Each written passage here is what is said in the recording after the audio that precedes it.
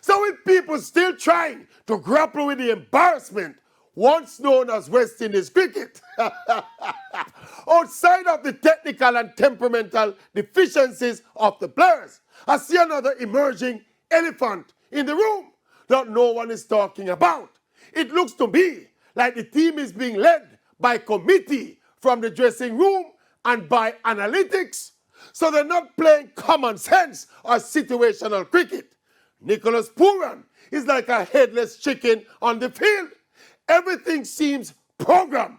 So and so will open the bowling, and so will bowl from the opposite end. So and so will not bowl until after the power play, and then so will bowl the penultimate over, and so will bowl the final over, and blah, blah, blah. I will not mention the batting yet. You see, personally, I don't think Chief Selector Desmond Haynes or Phil Simmons and the rest of the coaching staff may not think them understand the basics of T20 cricket. All of them came up from the era where red ball cricket was the thing. All of them used to call T20 cricket Corrigold cricket and rubbish cricket. Then all them to coach it. Yes.